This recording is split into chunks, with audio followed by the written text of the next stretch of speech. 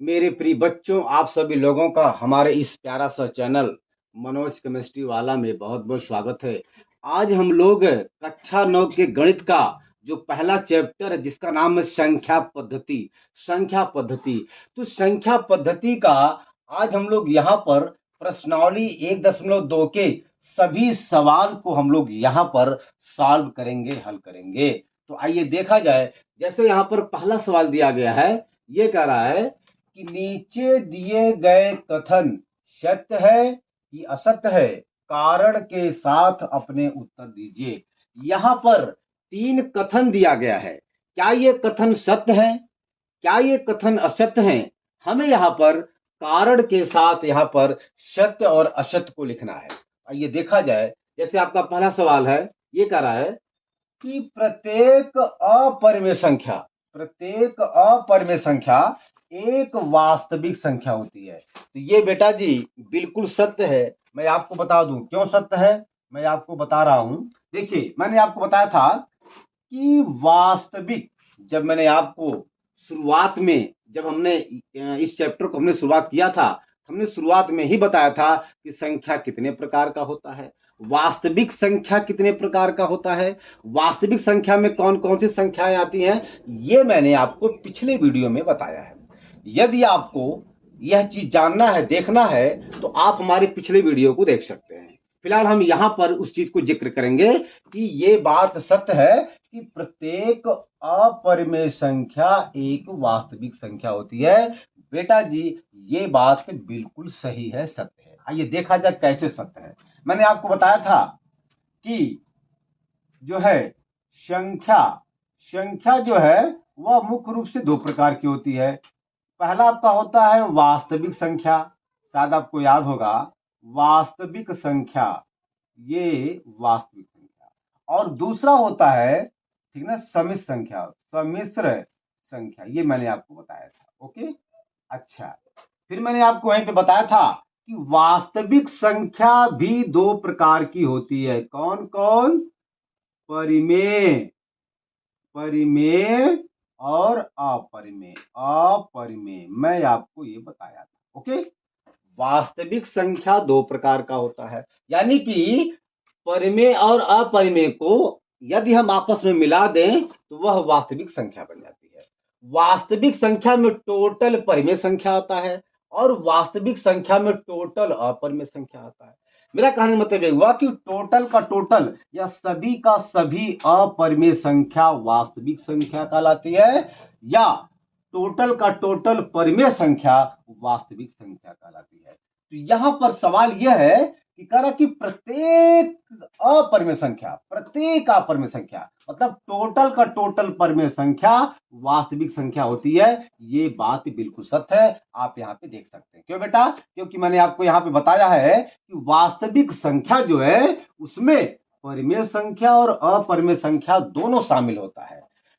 मतलब यदि हम परिमेय संख्या को और अपरिमेय संख्या को आपस में मिला दें तो वह टोटल का टोटल वास्तविक संख्या बन जाती है। मतलब जितने भी इस दुनिया में अपरिमेय संख्या पाए जाते हैं, सभी के सभी अपरिमेय संख्या वास्तविक संख्या होता है। और साथ ही साथ इस दुनिया में जितने भी परिमेय संख्या पाई जाती है वह टोटल का टोटल परिमेय संख्या वास्तविक संख्या होती है।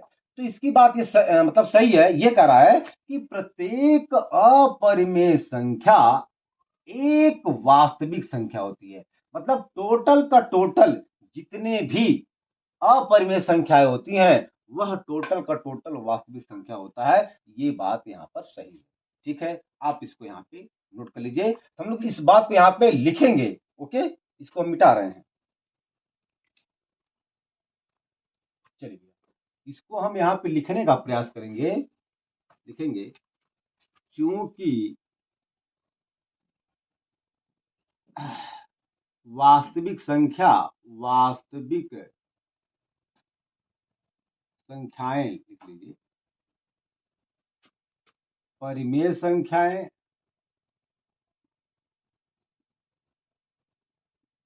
और अपरिमेय संख्याएं, अपरिमेय संख्याओं से मिलकर बना होता है, से मिलकर बना होता है। इसलिए प्रत्येक या सभी अपरिमेय संख्या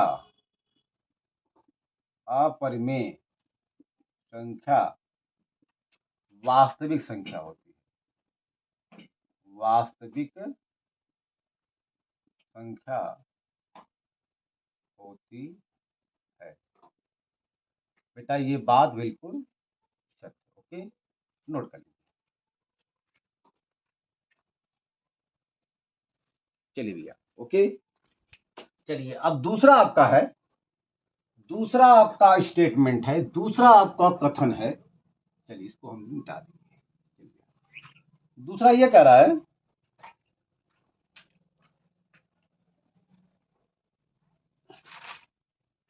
देखिए ये कह रहा है कि संख्या रेखा का प्रत्येक बिंदु करड़ी में यम के रूप का होता है, जहां यम एक प्राकृतिक संख्या है। यम क्या है? प्राकृतिक संख्या है। और हम लोग जानते हैं कि प्राकृतिक संख्या एक से शुरू होती है और अनंत पर खत्म होती है। प्राकृतिक संख्या बेटा हम लोग जानते हैं, देखिए जो प्राकृतिक संख्या होती है, मैं आपको बताया हूं, प्राकृतिक संख्याएं हमेशा बेटा, हमेशा जो है एक से शुरू होती हैं, 1 2 3 4 5, ऐसे 6 7 8 9, कहां तक? अनंत तक। ये अनंत तक जाती है, कार्य मतलब इसका कोई अंत नहीं है। तो आप यहां पे देख सकते हैं कि प्राकृतिक संख्या धनात्मक होती है। टोटल का टोटल यहां पर प्राकृतिक संख्याएं जो है वह धनात्मक होती हैं, पॉजिटिव होती हैं और शुरू होती हैं एक से, और एक से शुरू होकर के अनंत तक मतलब इनफाइनाइट तक जाती है। तो इसकी बात ये मतलब ये सवाल ये कर रहा है कि संख्या रेखा का प्रत्येक, ये बेटा दूसरा कथन है, दूसरा कथन ये कर रहा है कि संख्या रेखा का प्रत्येक बिंदु करड़ी में यम के रूप का होता है, जहां यम एक प्राकृतिक संख्या है। हालांकि इसकी बात यहां पर असत्य है। क्यों असत्य है मैं आपको बता रहा हूं। देखिए संख्या रेखा पर संख्याओं को दर्शाने के लिए हम लोग एक लंबी सी रेखा खींचते हैं, ठीक है ना। संख्याओं को संख्या रेखा पर बताने के लिए, दर्शाने के लिए हम लोग सबसे पहले एक स्ट्रेट लाइन, एक सीधी रेखा को ड्रा करते हैं, खींचते हैं। इसके बाद हम लोग यहां पर कहीं पर शून्य लेते हैं। इसके बाद जब हम शून्य के आगे जाते हैं तो शून्य के आगे जाने पर सभी संख्याएं धनात्मक होती हैं, पॉजिटिव होती हैं।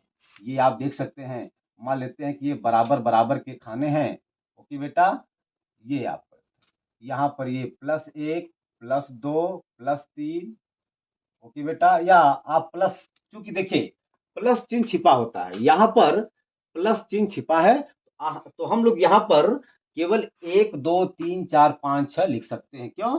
क्योंकि वहां पर प्लस चिन्ह छिपा है ना, उसे कोई दिक्कत नहीं है। हम लोग यहाँ पे लिख सकते हैं 1 2 3 4 5 6 7 8, या आप लिख भी लीजिए, कोई दिक्कत नहीं है। +1 +2 +3 +4 +5 +6 +7 +8। इसके बाद बेटा ये डॉट डॉट, ठीक है, ये जाता है भैया अनंत तक, अनंत तक जाता है। ओके, चलिए यदि हम शून्य से पीछे आए बेटा तो सभी के सभी संख्याएं ऋणात्मक, निगेटिव होती हैं, ठीक है ना, माइनस में होती हैं। हम लोग देख सकते हैं बेटा जी, ये देखिए सभी खाने आपस में बराबर होते हैं, चाहे जीरो के आगे चाहे जीरो के पीछे, चाहे जीरो के आगे चाहे जीरो के पीछे, सभी के सभी खानों की जो चौड़ाई होती है, जो लंबाई होती है बेटा, वह एक समान होता है। मान लेते हैं कि ये आपके सभी खाने आपस में बराबर बराबर हैं, ओके बेटा जी, ये आपका हो जाएगा -1, ये आपका हो जाएगा -2 -3 -4 -5 -6 -7। शेप। ओके बेटा, डॉट डॉट।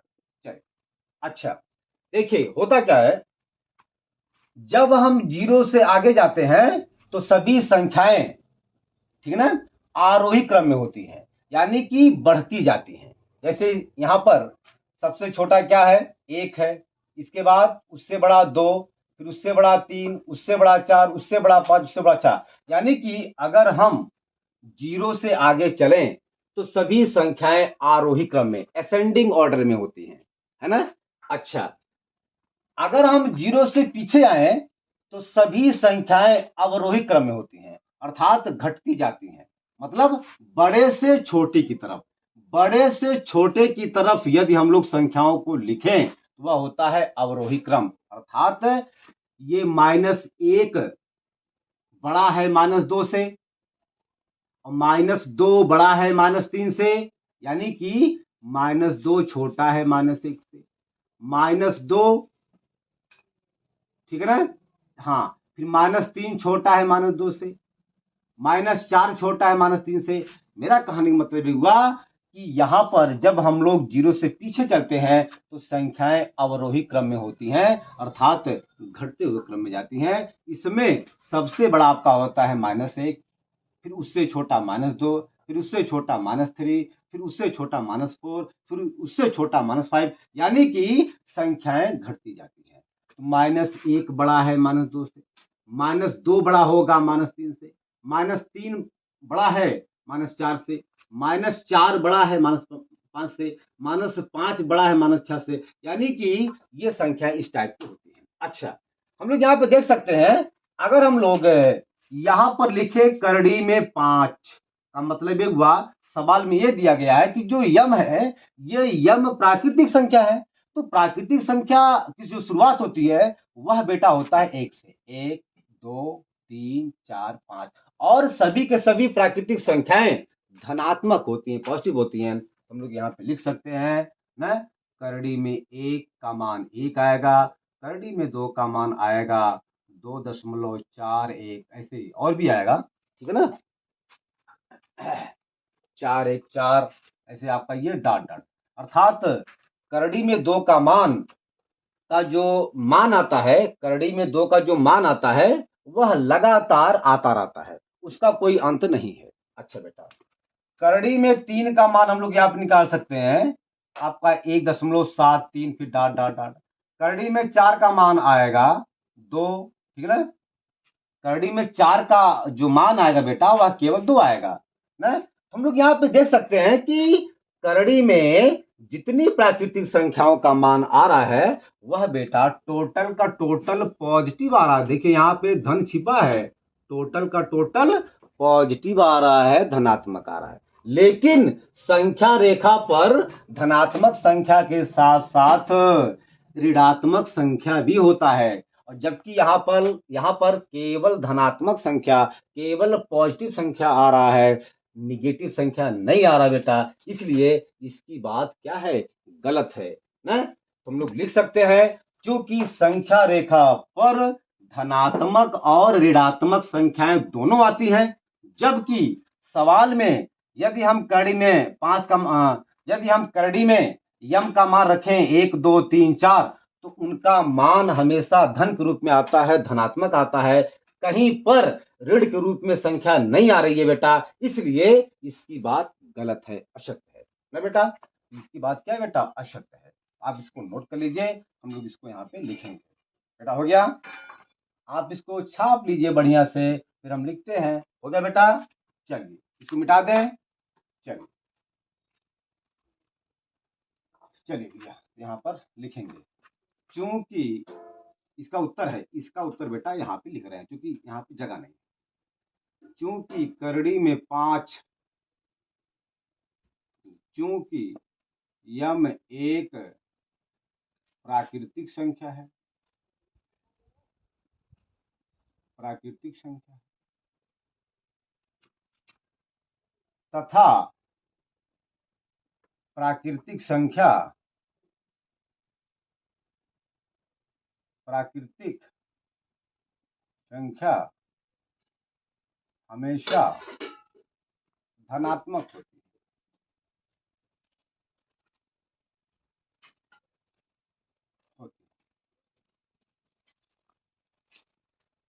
इसलिए करड़ी में यम, इसलिए करड़ी में यम का मान रखने पर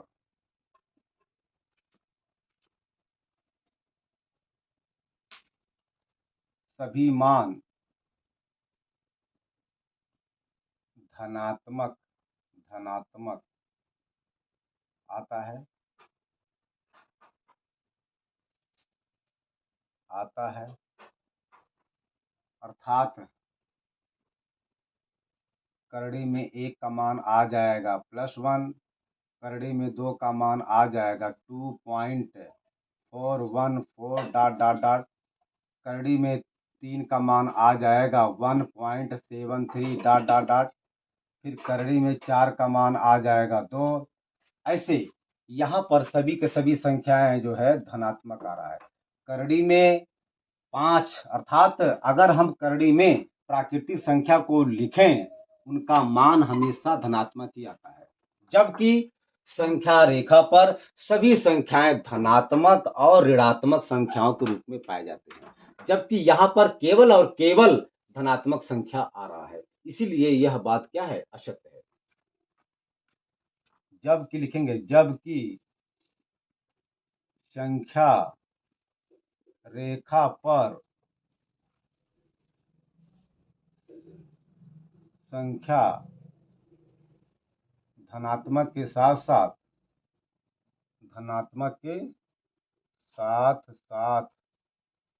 ऋणात्मक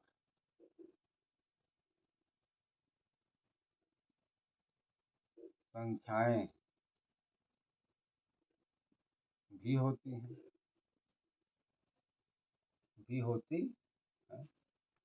इसको मिटा दे रहे हैं।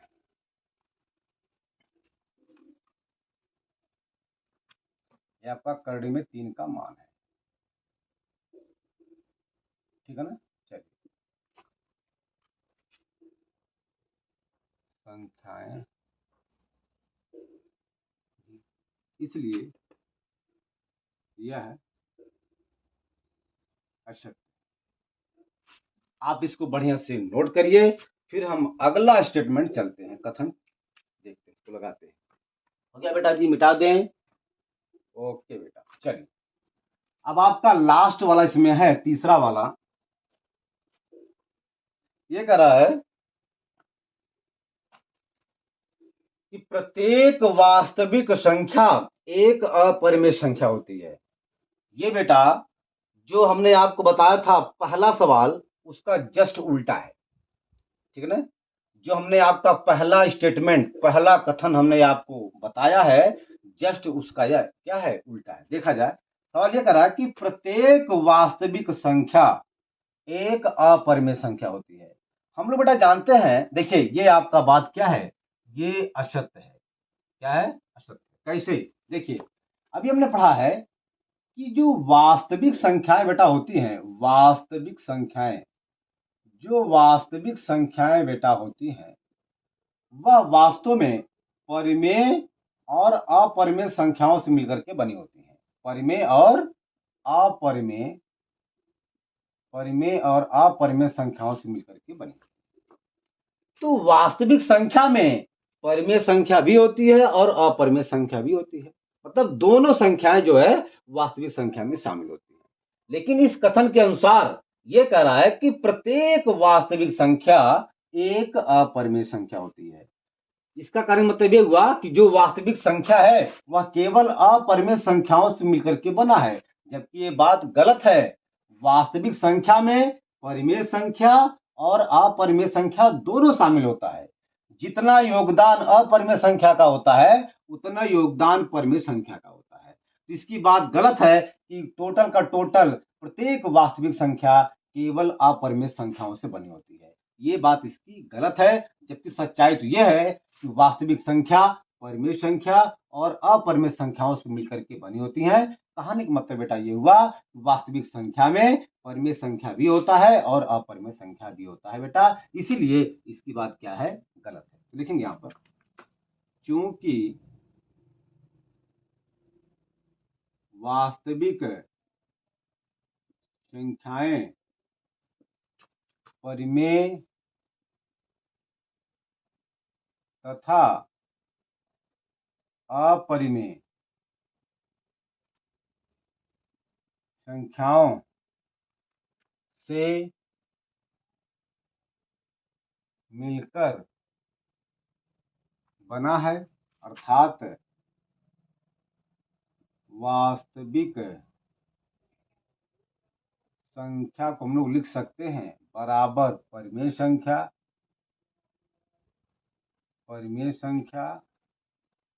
और प्लस अपरिमेय संख्या।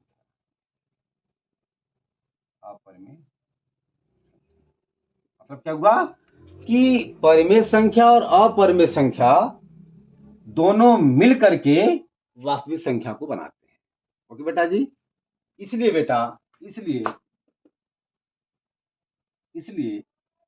अर्थात लिखेंगे, अर्थात वास्तविक संख्या में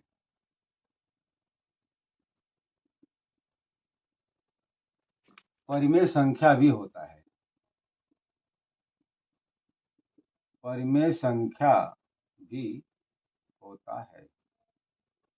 इसलिए यह असत्य। आप इसको बढ़िया से नोट करिए, फिर हम अगला सवाल देखते हैं। हो गया बेटा जी?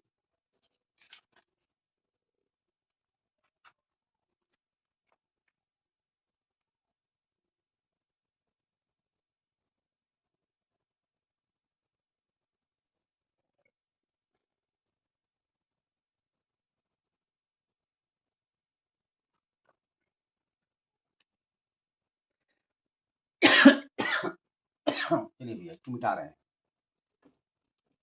अब जो है इसका बेटा दूसरा सवाल यहाँ पे हम लोग सॉल्व करेंगे। चलिए भैया, ये आपका दूसरा सवाल है। इसमें ये कह रहा है, क्या सभी धनात्मक पूर्णांकों के वर्गमूल अपरिमेय होते हैं? यदि नहीं तो एक ऐसी संख्या के वर्गमूल का उदाहरण दीजिए जो एक परिमेय संख्या हो। जो एक क्या हो? जो एक परिमेय संख्या हो, सवाल भी कर रहा है कि क्या सभी धनात्मक पूर्णांकों के वर्गमूल केवल अपरिमेय संख्या ही होती हैं? यदि ऐसा नहीं है तो एक ऐसी संख्या के वर्गमूल का उदाहरण दीजिए जो एक परिमेय संख्या है। बेटा ये नहीं होता है, मतलब सभी धनात्मक पूर्णांकों के वर्गमूल अपरिमेय संख्या भी होता है और परिमेय संख्या भी होता है। कैसे, आइए देखा जाए। तो जैसे मान लीजिए करड़ी में 1 का वर्गमूल आता है 1, करड़ी में 2 का वर्गमूल आता है 1.414 डॉट डॉट डॉट। ठीक है बेटा जी। करड़ी में 3 का वर्गमूल आता है 1.73 डॉट डॉट डॉट डॉट। करड़ी में 4 का वर्गमूल आता है 2, ठीक है ना, ठीक है। और करड़ी में 9 का वर्गमूल आता है 3, करड़ी में 16 का वर्गमूल आता है 4। आप यहां पे देख सकते हैं जिसका पूरा का पूरा वर्गमूल निकल जाए वह संख्या कहलाती है क्या? परिमेय संख्या। आप देख सकते हैं करड़ी में 4 का वर्गमूल आता है 2, आपका ये 2 बेटा क्या है? परिमेय संख्या है, अर्थात करड़ी में 4 परिमेय संख्या है। करड़ी में 9 का वर्गमूल आएगा 3, तो करड़ी में 9 जो है यह परिमेय संख्या हो गई। करड़ी में 16 का वर्गमूल आता है 4, तो करड़ी में 16 क्या है? परिमेय संख्या है। जबकि करड़ी में 2 का वर्गमूल 1.414, ये इसका मान आता रहता है लगातार, कहां तक? अनंत तक बेटा, अनंत तक। और बेटा इसी प्रकार करड़ी में 3 का मान भी 1.73 ऐसे बेटा ये आते रहते हैं, ये चलता रहता है कहां तक बेटा? अनंत तक इसका मान चलता रहता है।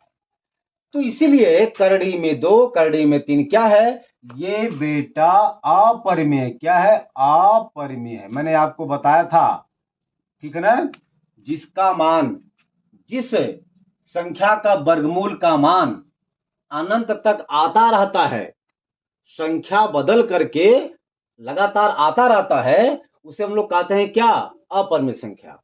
और जिस संख्या का वर्गमूल पूरा पूरा निकल जाए ना, अगर किसी संख्या में कोई संख्या, अगर करड़ी में कोई संख्या है, अगर करड़ी में कोई संख्या है, यदि उस संख्या का वर्गमूल पूरा पूरा निकल जाए तो वह संख्या जो है परिमेय संख्या कहलाती है।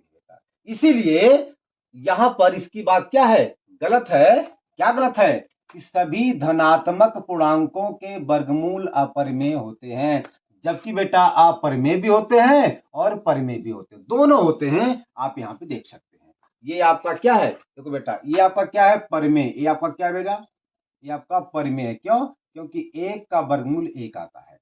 बाकी करड़ी में 2, करड़ी में 3, करड़ी में 5, करड़ी में 6, करड़ी में 7, इनका और भी है, इनका जो है जो मान आएगा वह मान लगातार आता रहता है, कहीं पर रुकता नहीं। इसलिए बेटा जी करड़ी में 5, करड़ी में 6, करड़ी में 7, करड़ी में 8, करड़ी में 2, करड़ी में 3, करड़ी में 17, ये सब के सब अपरिमेय है। जबकि करड़ी में 4, करड़ी में 9, करड़ी में 16, करड़ी में 25, करड़ी में 100, इनका वर्गमूल पूरा का पूरा निकल जाता है। इसलिए ये आपके परिमेय हो गए और ये आपका अपरिमेय। इसलिए जो है हम लोग कह सकते हैं कि सभी धनात्मक पूर्णांकों का वर्गमूल अपरिमेय और परिमेय दोनों होता है ना बेटा? लिखेंगे यहां पर, लिखेंगे नहीं। ये कह रहा है कि क्या सभी धनात्मक पूर्णांकों के वर्गमूल अपरिमेय होते हैं? नहीं होते हैं। और क्यों नहीं होते हैं बेटा? लिखा जाए, सभी लिखेंगे ऊपर, अर्थात ये ऊपर समझाए गए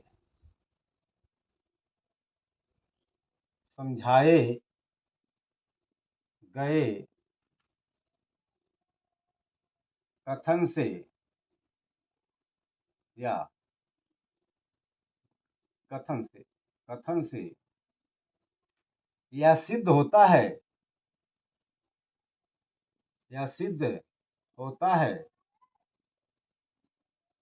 कि सभी धनात्मक पूर्णांकों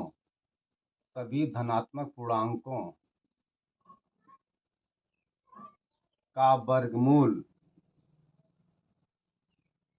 अपरिमेय और परिमेय दोनों होता है। अपरिमेय और परिमेय दोनों होता है। आप इसको बढ़िया से नोट कर लीजिए। चलिए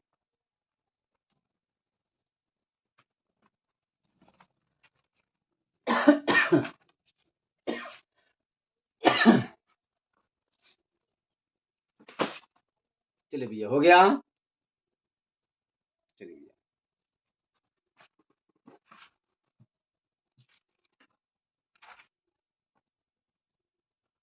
हो गया बेटा जी? मिटा दे इसको। चलिए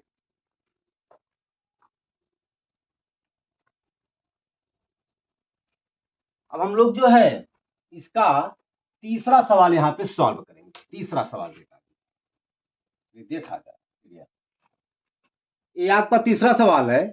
इसमें हमको ये बताना है कि दिखाइए कि संख्या रेखा पर कड़ी में 5 को किस प्रकार निरूपित किया जा सकता है।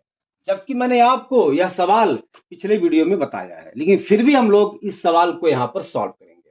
देखिए, संख्या रेखा पर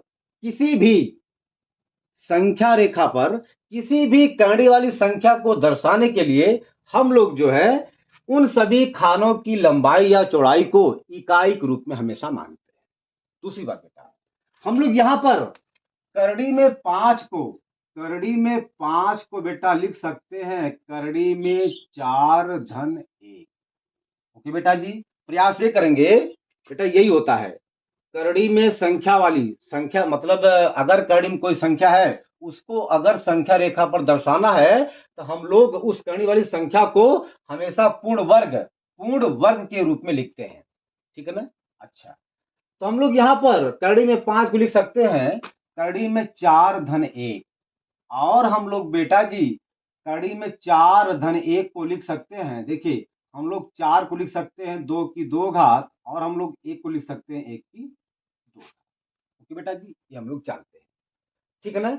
अरे भैया 4 को हम लोग लिख सकते हैं 2 गुणे 2, और यहां पर 2 का गुणा बेटा 2 बार हुआ है, तो इसको हम लोग लिख सकते हैं 2 की 2 घात। हम लोग जानते हैं कि अगर किसी संख्या का जितनी बार गुणा होता है, हम लोग उस संख्या का उतनी घात लिख देते हैं। तो हम लोग 4 के स्थान पे 2 की 2 घात बेटा जी लिख सकते हैं, वही मैंने यहाँ पे लिखा है। रही बात बेटा एक की, तो एक का जितनी बार आप आपस में गुणा करो बेटा उसका मान हमेशा एक ही आएगा, लेकिन हमें यहाँ पर केवल 1 की 2 घात को लिखना है। क्यों बेटा? क्योंकि हमें यहाँ पर पूर्ण वर्ग बनाना है, इसलिए हम लोग यहाँ पर 1 की 2 घात को लिखेंगे।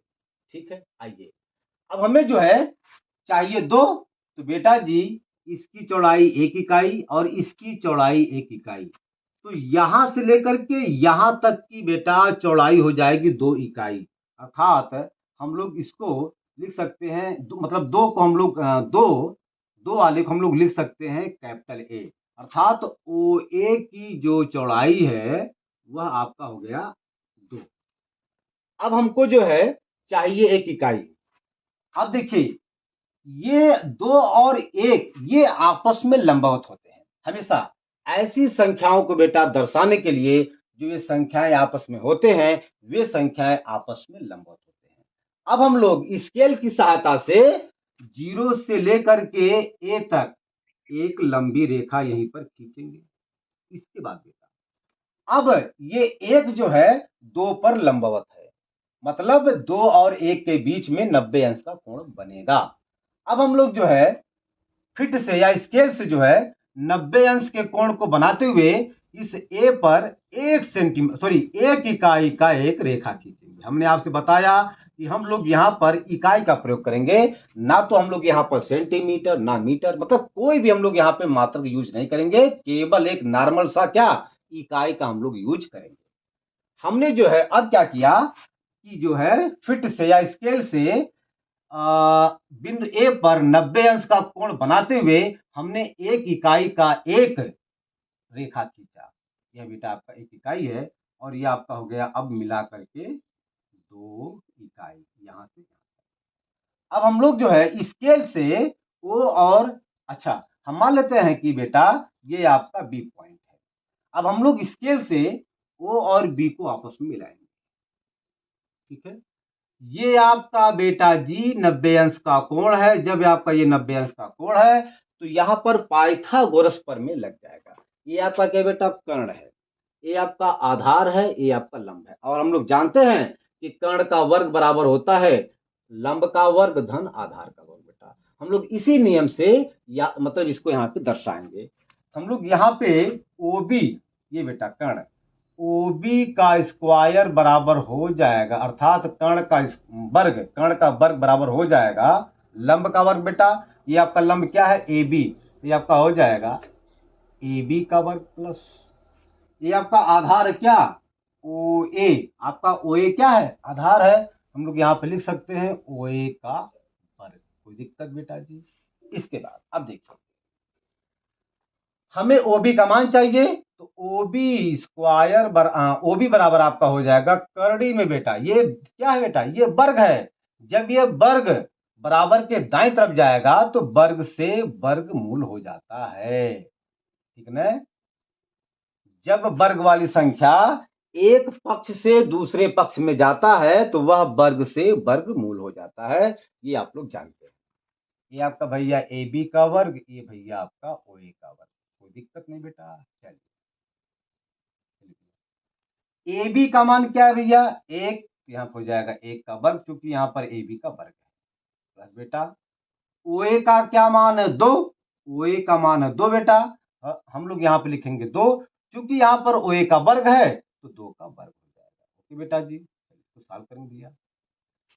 यहाँ पर 1 की 2 घात है तो हम लोग यहाँ पर लिख सकते हैं 1 गुणे 1, किसी संख्या का जितना घात होता है बेटा उस संख्या का उतनी बार गुणा किया जाता है। प्लस करेंगे बेटा, यहाँ पर 2 की 2 घात है तो हम लोग यहाँ पे लिख सकते हैं 2 गुणे 2, 2 गुणे 2। ये बेटा जी हो जाएगा 1 1 कम 1, 2 दूना 4। ओके बेटा जी, अब हो जाएगा 4 1 5 कड़ी में बेटा 5। ये आपका आ गया कड़ी में 5। ओके बेटा जी, अब हम लोग जो है एक लेते हैं क्या, गोला प्रकार। मान लीजिए ये आपका गोला प्रकार है, ये क्या है बेटा, गोला प्रकार है। ओके, चलिए, तो गोला प्रकार में क्या होता है कि हम लोग एक जगह जो है पेंसिल लगाते हैं और एक जो है गोले प्रकार का लोहे की टांग होती है, पैर होती है। तो गोला प्रकार के जो लोहे की जो टांग होती है उसको हम लोग रखते हैं 0 पर, और जो पेंसिल होता है बेटा उसको हम लोग रखेंगे बी पर। इसके बाद हम लोग इस ओ को केंद्र मानकर, इस बिंदु ओ को केंद्र मान करके हम लोग बी से होते हुए एक यहाँ पर डॉट डॉट करते एक रेखा ऐसे खींचेंगे। ओके, ओ को केंद्र मानकर, बिंदु ओ को केंद्र मानकर, ठीक है ना, हम लोग बिंदु बी से होते हुए एक डॉट डॉट करके रेखा यहाँ पे, मतलब रेखा क्या है, मतलब चाप लगाएंगे। क्या है ये बेटा, चाप। ये चाप जो है इस संख्या रेखा को हम मान लेते हैं कि यहाँ पर आकर के यहाँ पे काट रहा है। यही बेटा जो पॉइंट है, यही पॉइंट कहलाएगा करड़ी में 5। ओके, यही आपका करड़ी में 5 का क्या है बेटा, निरूपण है संख्या रेखा पर। आप इसको बढ़िया से नोट करिए, फिर हम आगे चलते हैं बेटा। फिर भी हम इस सवाल को पिछले वीडियो में बताए हैं, आप इसको देख सकते हैं, आप इसको बढ़िया से नोट करिए। चलिए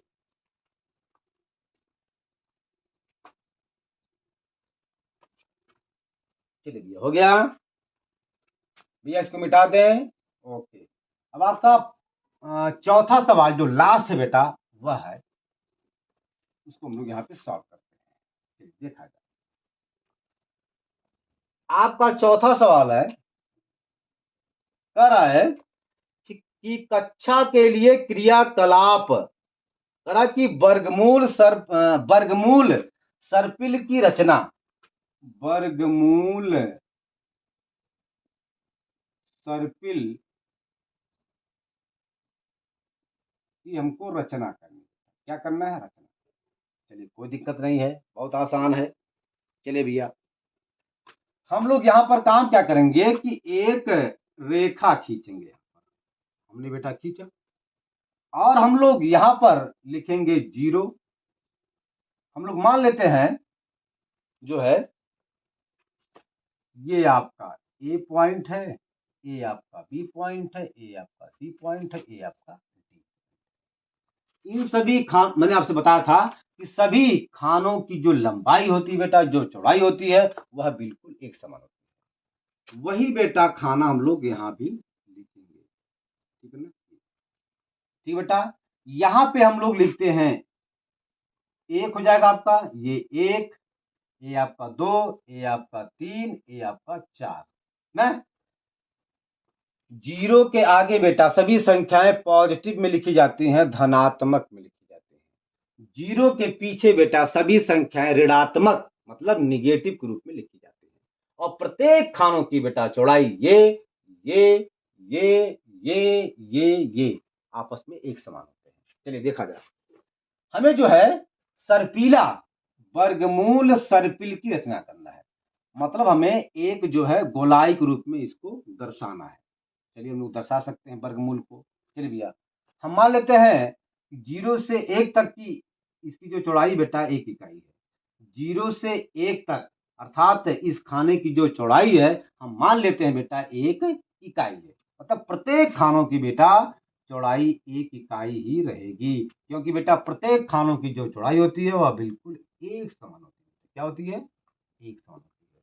वही बात बेटा यहाँ भी आपका हो जाएगा, ये आपका एक समान, आपका एक समान, ठीक है ना। अच्छा, अब हम मान लेते हैं कि बिंदु संख्या 1 पर कोई पॉइंट ए है। अब हम लोग जो है स्केल से ओ से ए को मिलाएंगे। सबसे पहले हम लोग स्केल की सहायता से बेटा, फिट की सहायता से, पटरी की सहायता से हम लोग बिंदु ओ और ए को आपस में मिलाएंगे और इसकी लंबाई हो जाती है 1 इकाई, या चौड़ाई इसकी 1 इकाई हो जाती है। इसके बाद अब हम लोग जो है क्या करेंगे कि इस बिंदु 1 पर हम लोग एक इकाई का एक लंबवत रेखा खींचेंगे अर्थात ड्रा करेंगे। ठीक ना, ये आपका हो गया 90 अंश। तो इसकी भी जो है चौड़ाई हम मान लेते हैं कि आपका बी है, तो ए बी की लंबाई 1 इकाई और ओ ए की लंबाई 1 इकाई। अब हम लोग बेटा जी स्केल से इसको यहां से मिलाएंगे, मिला दिया। ठीक, ये आपका आ जाएगा बेटा करड़ी में 2, आप इसको लगा सकते हैं। क्यों बेटा, देखिए ओ बी का स्क्वायर बराबर हो जाएगा, ये बेटा ये क्या है, कर्ण है, ये क्या है, आधार है, ये क्या है बेटा, लंब है। तो हम लोग जानते हैं बेटा पाइथागोरस प्रमेय से कि किसी समकोण त्रिभुज में कर्ण पर बना वर्ग शेष दो भुजाओं पर बने वर्ग के योगफल के बराबर होता है। अर्थात कर्ण का वर्ग बराबर हो जाएगा लंब का वर्ग, ये ए बी का वर्ग, ए बी का वर्ग बेटा प्लस आधार का वर्ग अर्थात ओ ए का वर्ग, ये आपका हो जाएगा। चलिए भैया, ए बी का मान दिया गया है 1, हम लोग यहाँ पे लिख सकते हैं 1 का वर्ग, क्योंकि यहाँ पे ए बी का वर्ग है, प्लस करेंगे बेटा। और हम लोग ओ ए को लिख सकते हैं 1, ओ ए की लंबाई क्या है बेटा, ओ ए की जो चौड़ाई है या लंबाई 1 इकाई है, तो जहां पे बेटा ओ ए है हम लोग वहां पे लिख सकते हैं 1, और चूंकि यहाँ पे ओ ए का वर्ग है तो यहाँ पर 1 का वर्ग हो जाएगा। इसके बाद ये ओ बी बराबर आपका हो जाएगा, देखिए जब ये वर्ग बराबर के दाएं तरफ जाएगा तो ये वर्ग से वर्गमूल बन जाएगा, वर्ग से वर्गमूल बन जाएगा। ये बेटा जी आपका हो जाएगा। देखिए यहां पर 1 की 2 घात है, तो हम लोग यहां पर 1 का गुणा 2 बार करेंगे, हम लोग जानते हैं ना। तो आपका हो जाएगा 1 गुणे 1 अर्थात 1 आएगा बेटा, वही चीज यहां भी है, 1 आ जाएगा आपका कड़ी में 2, अर्थात बेटा इसका मान आ गया कड़ी में 2। अब हम लोग जो है इस बी बिंदु पर, ठीक है ना, 90 अंश का, इस बी बिंदु पर 90 अंश का कोण बनाते हुए एक रेखा खींचेंगे, और इस रेखा की चौड़ाई भी या लंबाई भी बेटा या ऊंचाई मान लीजिए 1 इकाई है। ओके, इसके बाद हम मान लेते हैं कि आपका सी पॉइंट है या सी बिंदु है। अब हम लोग स्केल से इस ओ सी को यहां से मिला, हमने बेटा इसको मिला दिया। ओके, हमने इसको यहां से, अब चलिए भैया अब हम लोग यहाँ पर ओसी के मान को निकालेंगे।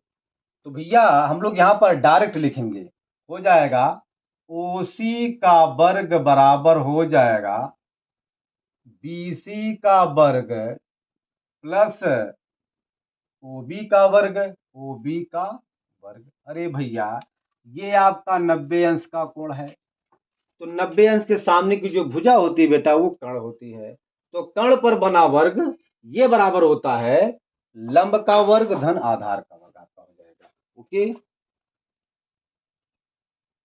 चलिए तो अब हम लोग इसको यहाँ पे लिख सकते हैं भैया, देखिए बीसी का, सॉरी हाँ बीसी का मान है 1, तो यहाँ पे हो जाएगा 1 का वर्ग, और ओबी का मान है बेटा कड़ी में 2, हम लोग यहाँ पे लिख सकते हैं कड़ी में 2 का वर्ग।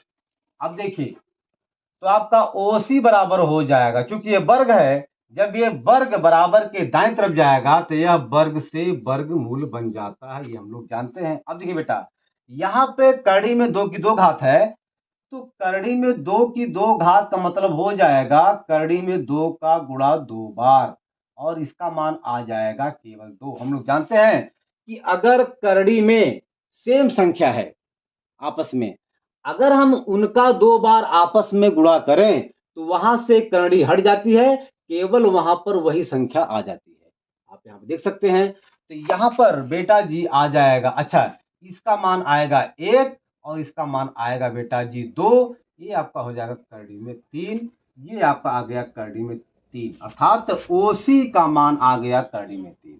अब हम लोग फिर जो है यहाँ पर पॉइंट सी पर अर्थात बिंदु सी पर हम लोग लंब रेखा खींचेंगे, और यह लंब रेखा जो है इसकी बेटा जो है इसकी जो है चौड़ाई हो जाएगी 1 इकाई, ये आपका लंब है बेटा। फिर भाई हम लोग जो है हम मान लेते हैं कि आपका ए बी सी, ये आपका डी है, अब हम लोग जो है स्केल से फिट से हम लोग ओडी को मिलाएंगे। हमने ओडी को यहाँ से मिला, फिर बेटा हम लोग वही बात करेंगे कि अब हमें ओसी सॉरी ओडी की लंबाई चाहिए, तो हम लोग बेटा जी यहाँ पर डायरेक्ट निकालेंगे। निकाल दें, इसको मिटा रहे हैं।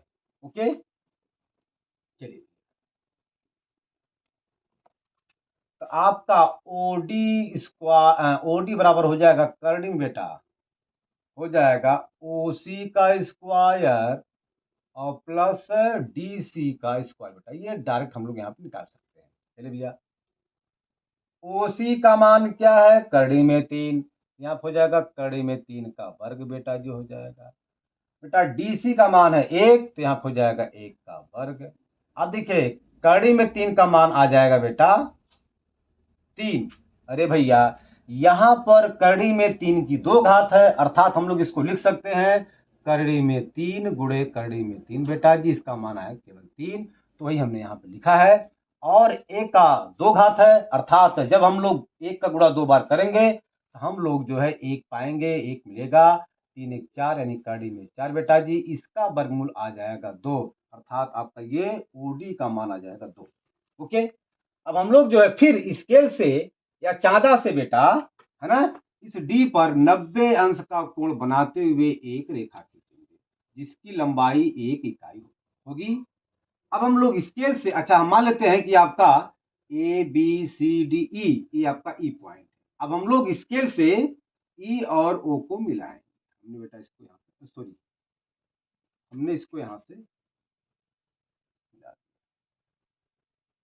ओके बेटा जी, अब हमें ओसी की सॉरी अब हमें ओई की लंबाई चाहिए, ओई की हमें लंबाई चाहिए।